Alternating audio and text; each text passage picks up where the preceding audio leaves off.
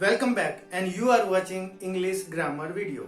Dear friends, so many people do have confusion regarding helping verb will and shall.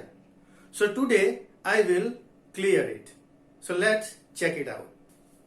So I have already made a section of verb, person and pronoun. So we will discuss the verb according to the person and pronoun. As you know that helping verb shall and will are also called as modal verb. So they are the same. They are also called helping verb and they also perform the duty of modality. So they call modal verbs.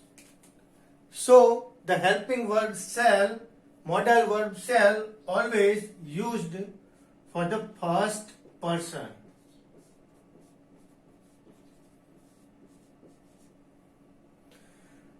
Helping verb shall always used for the first person. And what are the first person?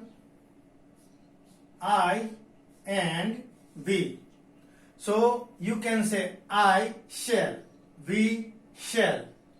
Regarding will is used for all the persons. For the first person, also for the second person,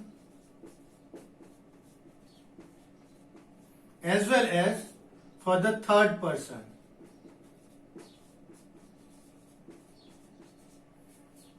So for the I, we, you, they, he, she and it, helping verb will is used for all these pronouns.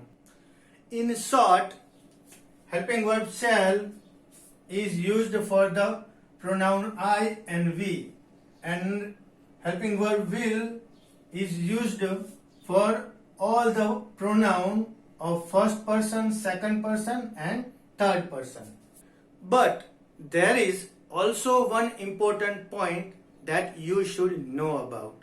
Let's talk about it. So we have two sentences.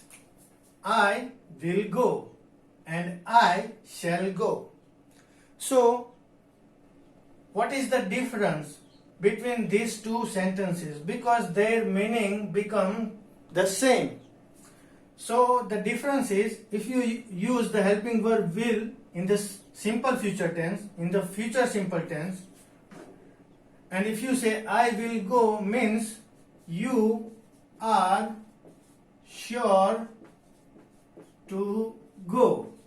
You are sure that you are going to go that place. I will go.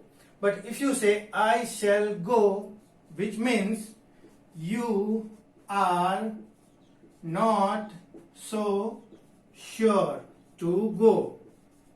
So if you are sure about the future, that you will do something in the future, you should use the helping verb will. And if you are not sure about the future, that I will do this thing in the future, then you can use the helping verb shall. That I shall go means I may go or I may not. So shall is also compared to helping a verb may.